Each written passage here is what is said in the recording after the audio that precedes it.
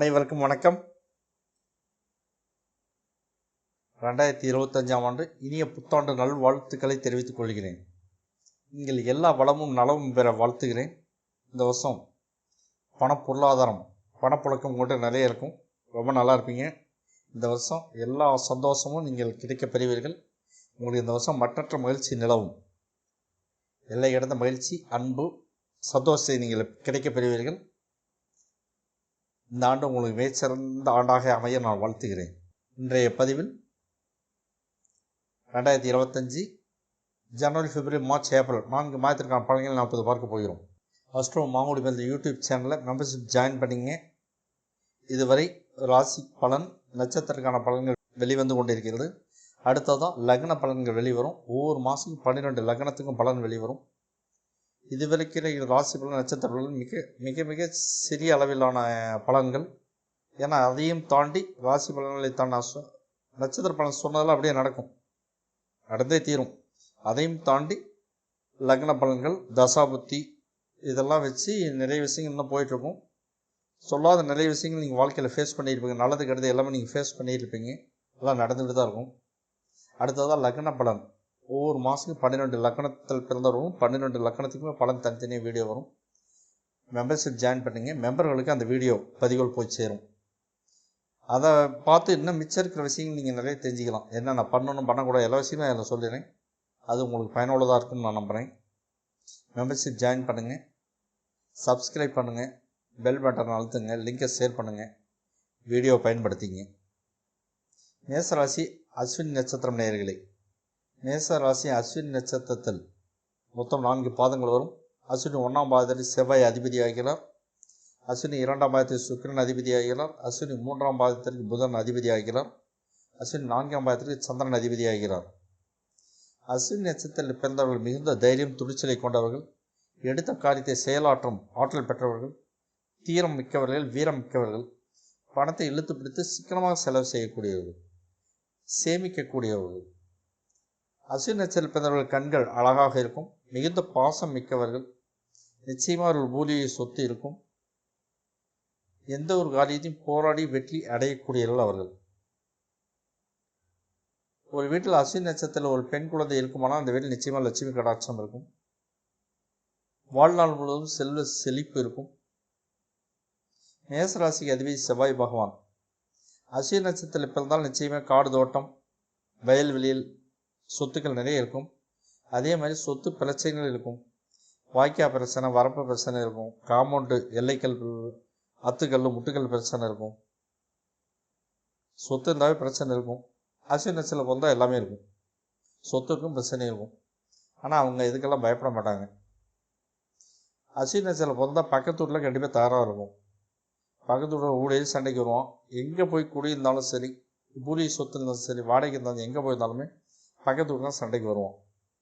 அஸ்வினி நட்சத்திரத்தில் பிறந்தவங்களை பார்த்தாவே பக்கத்தில் இருக்க சுற்றி இருக்க எல்லாத்தையும் பற்றிக்கிட்டு வரும்.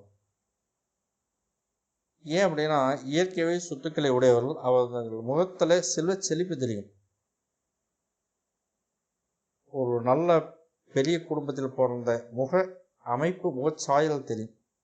அதை பார்த்தோன்னே எங்களுக்கு வரும் டாப் எக்கானமி, நல்ல குடும்பம், பெரிய குடும்பம், ஃபேமிலி, நல்ல ஃபேமிலி அப்படின்னு இவங்களுக்கு எதிர்பார்க்கறவங்களுக்கு ஒரு தாழ்வு மனப்பான்மை வரும். பார்த்தோன்னா அவங்கள்ட்ட என்ன பண்ணலாம், என்ன பிரச்சனை பண்ணலாம், இப்படியே நினச்சிட்டு இருப்பாங்க. அஸ்வினி நட்சத்திரத்தில் பொண்ணு கிடைச்சுன்னா சொத்து இல்லைன்னா சரி கல்யாணம் பண்ணிட்டு போயிடுங்க. அங்கே கட்டிட்டு போனதுக்கு அப்புறம் சொத்து தானாகவே சேரும். அஸ்வினி நட்சத்திர இயல்பு அப்படி. அஸ்வினி நட்சத்திரத்தில் பிறந்தவர்களுக்கு குலதெய்வ அருள் நிச்சயமாக இருக்கும். குலதெய்வ கடாட்சம் நிச்சயமாக இருக்கும். சமையல் சூப்பராக பண்ணுவாங்க. ஹோட்டல் சாப்பிட அவங்களுக்கு செட் ஆகாது. சமையலில் விதவிதமாக ஆக்கி போட தெரியும் அவங்களுக்கு.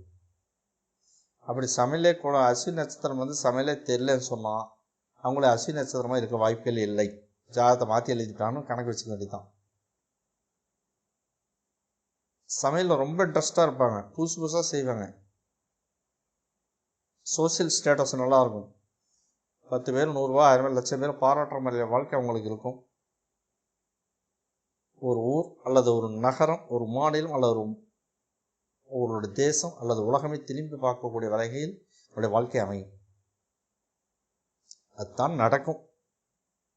2025 ஜனவரி, பிப்ரவரி, மார்ச், ஏப்ரல் 4 மாதத்திற்கான பலன்களை நாம் இப்போது பார்க்க போகிறோம். மேசராசி அஸ்வினி நட்சத்திரம் நேயர்களே, 2025 ஜனவரி மாதம் என்ன நடக்கும்?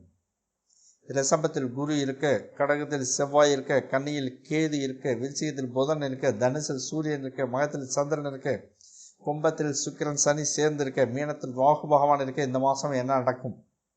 இந்த வருஷம் பணவரவு நல்லா இருக்கும். சுப நிகழ்ச்சியில் வீட்டில் நிறைய அரங்கேறும். பொருளாதாரம் மேம்படும். வெளிநாட்டு பயணம் உண்டு. தொழில் ரீதியாக அல்ல படிப்பு சம்பந்தமாக சுற்றுப்பயணம் அல்லது வேறு ஏதாவது காரணத்துக்காக வெளிநாடு, வெளி மாநிலம், வெளியூர் பயணம் உண்டு, கண்டிப்பாக உண்டு. காதல் தடையை காட்டுகிறது. தந்தை வழி சொத்துக்கள் பிரச்சனை வரும் வாய்ப்புகள் உண்டு. விபத்துக்களுக்கான வாய்ப்புகள் உண்டு. எச்சரிக்கையான பயணத்தை மேற்கொள்ளுங்கள். மேசராசி அஸ்வினி நட்சத்திரம் நேயர்களே, 2025 பிப்ரவரி மாதத்திற்கான பலன்களை நாம் இப்போது பார்க்க போகிறோம். ரிஷபத்தில் குரு இருக்க, மிதுனத்தில் செவ்வாய் இருக்க, கன்னியில் கேது பகவான் இருக்க, மகரத்தில் சூரியன் புதன் சேர்ந்திருக்க, கும்பத்தில் சந்திரன் சனி இருக்க, மீனத்தில் சுக்கிரன் ராகு இருக்க. இந்த மாதம் என்ன நடக்கும்? பணவரவு நன்றாக இருக்கும். வேலை கிடைக்கும். தந்தை வழி சொத்துக்கள் நீங்கள் நன்மையை எதிர்பார்க்கலாம். விவசாயத்தில் பயிர் மகசூல் அமோகமாக இருக்கும். பயிர் விளைச்சலில் கூடுதல் ஆதாயத்தை நீங்கள் எதிர்பார்க்கலாம். பால் மாடுகளால் கூடுதல் ஆதாயத்தை நீங்கள் பெறுவீர்கள். பால் வளம் கூடும். கோர்ட் கேஸ், போலீஸ் ஸ்டேஷன் வழக்கு விவகாரங்கள் உங்களுக்கு வெற்றியை தேடித்தரும். மேசராசி அஸ்வினி நட்சத்திரம் நேயர்களே, 2025 மார்ச் மாதத்திற்கான பலன்களை நாம் இப்போது பார்க்க போகிறோம். ரிஷபத்தில் குரு இருக்க, மிதுனத்தில் செவ்வாய் இருக்க, கன்னியில் கேது இருக்க, கும்பத்தில் சூரியன் சனி சேர்ந்திருக்க, மீனத்தில் சுக்கிரன் சந்திரன் புதன் ராகு 4 கிரகங்களும் சேர்ந்திருக்க. இந்த மாதம் என்ன நடக்கும்? விவசாயத்தில் கூடுதல் பயிர் விளைச்சல் கிடைக்கும். பால் வளம் கூடி வரும். நீண்ட நாள் உடம்பில் இந்த நோய் தொந்தரவு நீங்கள் ஆரோக்கியம் பெறுவீர்கள். போலீஸ் ஸ்டேஷன், கோர்ட் கேஸ் விவகாரங்கள் உங்களுக்கு வெற்றியை தேடித்தரும். புது புது வேலைகள் கிடைக்கும். மேசராசி அஸ்வினி நட்சத்திரம் நேயர்களே, 2025 ஏப்ரல் மாதத்திற்கான பலன்களை நாம் இப்போது பார்க்க போகிறோம். மேசத்தில் சந்திரன் இருக்க, ரிஷபத்தில் குரு இருக்க, மிதுனத்தில் செவ்வாய் இருக்க, கன்னியில் கேது இருக்க, மீனத்தில் சுக்கிரன் புதன் சூரியன் சனி ராகு 5 கிரகங்கள் மீனத்தில் சேர்ந்திருக்க. இந்த மாதம் என்ன நடக்கும்? மார்ச் 29 சனி பயிற்சி நடக்கிறது. மார்ச் 29 சனி பயிற்சி நடந்து மார்ச் 30ஆம் தேதியிலிருந்து 7.5 சனி ஆரம்பம். மனைவியுடன் கருத்து வேறுபாடுகள் வரும் வாய்ப்புகள் உண்டு. விவசாயத்தில் கூடுதல் மகசூலை காணலாம். விவசாயத்தில் கூடுதல் லாபம் பெறுவீர்கள். பால் மாடுகளால் கூடுதல் பால் வளம் உண்டு. போலீஸ் ஸ்டேஷன், கோர்ட் கேஸ் விவகாரங்கள் உங்களுக்கு வெற்றியை தேடித்தரும். பணத்திற்காக வங்கி சம்பந்தமாகவோ அல்ல வேறு யாருக்காவது பணத்திற்கு நீங்கள் ஜாமீன் அல்ல கேரண்டர் கையெழுத்து போட்டால் அந்த கடனை நீங்கள் கட்ட வேண்டி வரும். அஸ்ட்ரோ மாங்குடி மேல் யூடியூப் சேனலில் மெம்பர்ஷிப் ஜாயின் பண்ணிங்க. லக்ன பலன் உங்களுக்கு தேடி வரும். அதை பார்த்து இன்னும் மிச்சம் இருக்கிற விஷயங்களை தெரிஞ்சுங்க. அதில் உங்களுக்கு இன்னும் கூடுதல் பலன்கள் பதிவுகள் உங்களுக்கு கிடைக்கும். அது உங்கள் லைஃப்க்கு இன்னும் கூடுதல் பயனுள்ளதாக அமையும். சப்ஸ்கிரைப் பண்ணுங்கள், பெல் பட்டன் அழுத்துங்க, லைக் பண்ணுங்கள். இந்த வீடியோ பதிவுகள் உங்களுக்கு பயனுள்ளதாக இருக்கும் என்று நான் நம்புகிறேன். மீண்டும் நாம் அடுத்த பதிவில் சந்திக்கப் போகிறோம். நன்றி, வணக்கம்.